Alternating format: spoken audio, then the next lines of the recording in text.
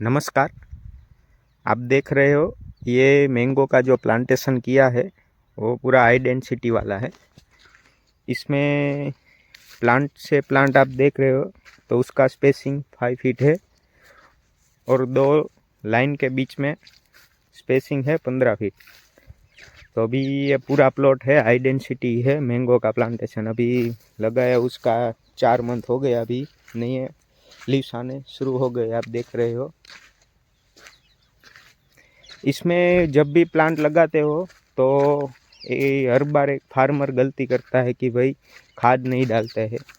तो जो हमारा जो वेल डिकम्पोस्ट जो काव डंग बोलते हैं वो डालना चाहिए, जिसके क्या होता है प्लांट जो है ज़मीन को पूरा एरेशन होता है, ज़मीन को पोचा बनाए रखता है, जिससे क्या होता है जो रूट है हमारा उसकी जो नई वृद्धि होती है वो अच्छी होती है।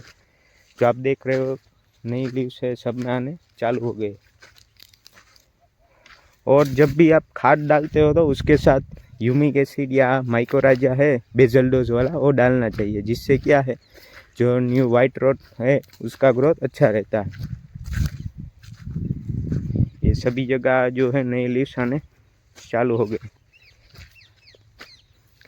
और इसमें स्टार्टिंग में तो ज़्यादातर COC है, थायोफिनेट मिथल है, उसका स्प्रे करना पड़ता है और ड्रेंचिंग भी करना पड़ता है कभी कभी।